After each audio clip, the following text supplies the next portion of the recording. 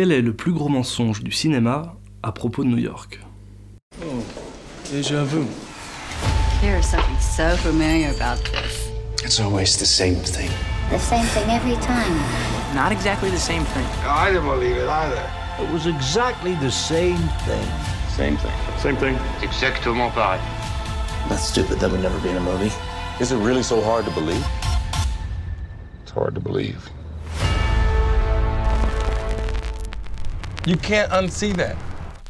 S'il vous arrive de regarder des films ou des séries qui se passent à New York, il y a de grandes chances que vous ayez croisé au moins une scène se passant dans une ruelle sombre et étroite, avec des escaliers de secours au mur et des bouches d'aération fumante au sol. Si on peut y découvrir un cadavre entre deux poubelles dans une série policière, y terminer sa course-poursuite à pied dans un film d'action, ou y croiser un SDF et son caddie au cours d'une errance nocturne dans un drame, à chaque fois l'impression est la même. New York est la ville aux 1000 ruelles, avec chacune son histoire, son atmosphère, ses secrets. Here's mine. What's up? Hey, mind your own fucking business. Seulement voilà, le seul problème derrière tout ça est que New York ne possède quasiment pas de ruelles, et à plus forte raison dans sa partie la plus représentée au cinéma et à la télévision, à savoir Manhattan.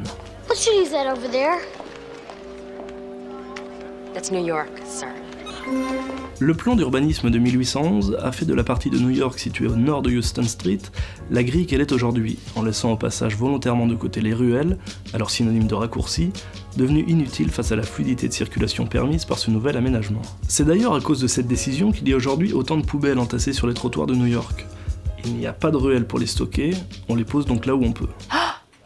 This explains everything. Faire l'impasse sur les ruelles permettait également de mieux rentabiliser l'espace, en évitant de couper les immeubles en deux, et ainsi de faire plus de logements, plus de commerce, et donc plus d'argent. Ah, Chapman, I still don't think you understand what this is all about. Same as it always is. Money. En conséquence, Manhattan possède donc au mieux 6 ou 7 endroits que l'on peut considérer comme des ruelles, toutes situées au sud de Canal Street, dans la partie ancienne de la ville, antérieure au fameux plan d'urbanisme. Et dans ces quelques ruelles existantes, soit les tournages sont interdits, soit ils sont extrêmement coûteux, et ce à l'exception de seulement l'une d'entre elles, dans laquelle tous les films sont donc tournés, Cortlandt Alley. Perpendiculaire à Canal Street et parallèle à Broadway, elle accueille depuis près d'un demi-siècle les tournages de films, séries, publicités, clips musicaux, etc. Et donc, quand vous voyez une ruelle dans un film ou une série se passant à New York, eh bien c'est en fait à chaque fois Cortlandt Alley.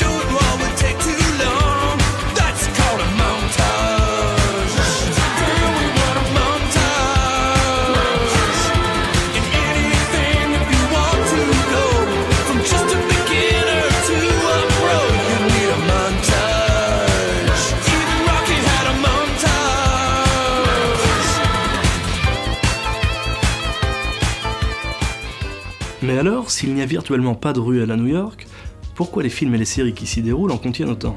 D'abord, il faut savoir que durant la première moitié du XXe siècle, l'écrasante majorité des films américains étaient tournés à Hollywood et aux alentours, sur la côte ouest des États-Unis. Et donc, dans ces années-là, lorsque l'on regarde un film censé se passer à New York, ce qu'on voit est en réalité une représentation fantaisiste reproduite à près de 4000 km de là. Oh, did you notice that?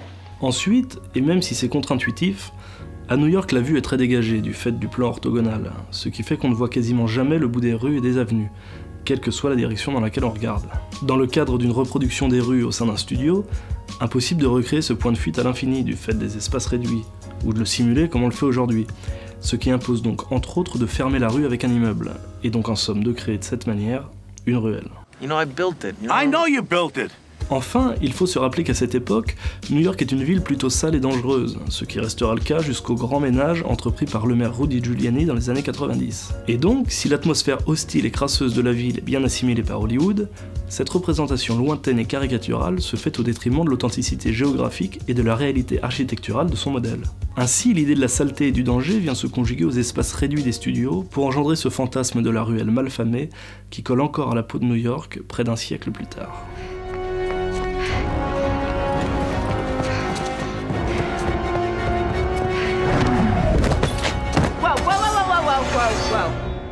You guys don't really want to do this again, right?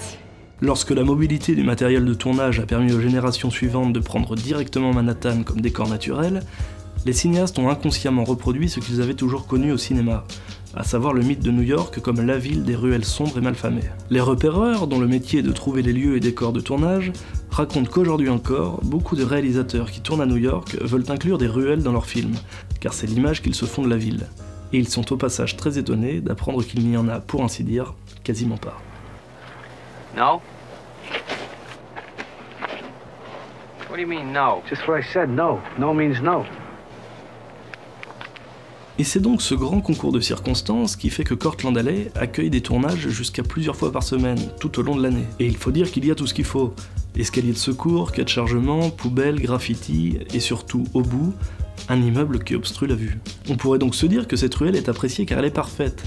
Mais ce serait oublier que si elle est si parfaite, c'est parce qu'elle ressemble aux ruelles new-yorkaises des films. Et si elle ressemble autant aux ruelles new-yorkaises des films, c'est parce qu'elle est la ruelle new-yorkaise de tous les films. C'est une redondance qui s'alimente d'elle-même, comme le serpent qui se mord la queue, puisque quand un réalisateur veut une ruelle pour son film, il a inconsciemment en tête la seule qu'il a vue toute sa vie, celle-là. Et c'est donc là qu'il choisit d'y tourner, étant donné qu'elle correspond parfaitement à son imaginaire de la ruelle new-yorkaise. Les cinéastes contribuent donc ainsi involontairement à ce passage de témoin dans l'imaginaire collectif. Many times can the US make the same mistake? As many times as it takes. Cette représentation irréaliste de New York, dans son origine et dans sa propagation, nous dit des choses intéressantes sur le cinéma, mais aussi sur la ville en elle-même. Malgré les regrets que l'on pourrait exprimer quant à la rareté des portraits fidèles de New York, cela souligne une fois de plus que la volonté majeure des cinéastes n'est pas de dépeindre scrupuleusement la ville, mais d'en donner une interprétation et une vision de cinéma, quand bien même cette vision viendrait elle-même des films et ne serait partagée que dans notre imaginaire commun. Cortlandt Alley incarne bien cette idée, et à plus forte raison du fait qu'au cinéma, cette ruelle n'est jamais caractérisée géographiquement dans la ville, car elle fait bien partie de New York, mais surtout du New York fictionnel, celui des films, un imaginaire qui n'a pas d'adresse. On pourrait ainsi dire que dans notre monde, New York est le lieu d'existence tangible de cette ruelle que l'on appelle Cortlandt Alley, mais que dans les films, c'est Cortlandt Alley qui est le support d'expression du New York cinématographique que l'on partage dans notre imaginaire commun. Dans un cas, c'est la ruelle qui prend place dans la ville, dans l'autre, c'est la ville qui prend forme dans la ruelle. I think we can help each other.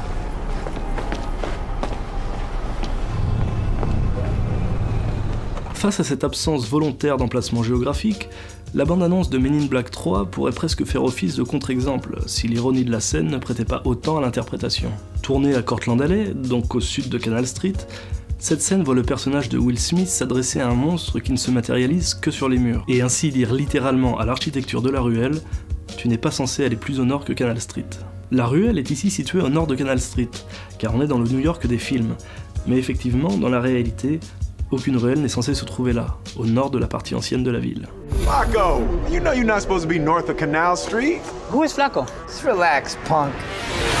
They're looking for me, not you.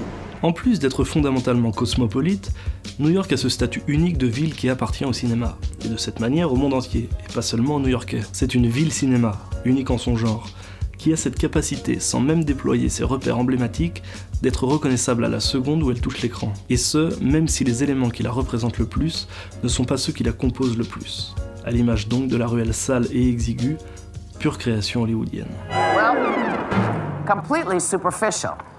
Ce paradoxe fait que lorsque l'on passe à côté de cette ruelle pourtant unique qu'est Cortlandt Alley, on ne la remarque pas vraiment.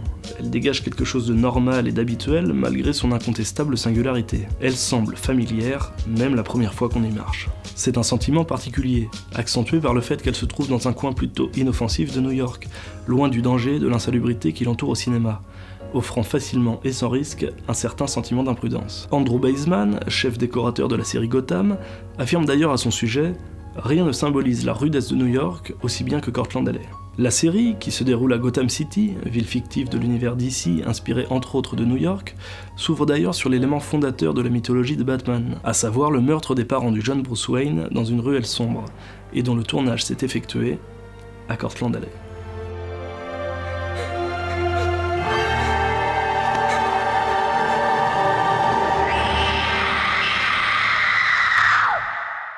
Merci d'avoir regardé cette vidéo, j'espère qu'elle vous aura plu. Si c'est le cas, n'hésitez pas à la partager, vous pouvez également vous abonner, me suivre sur les réseaux sociaux. Moi je vous dis à bientôt pour une nouvelle vidéo, salut!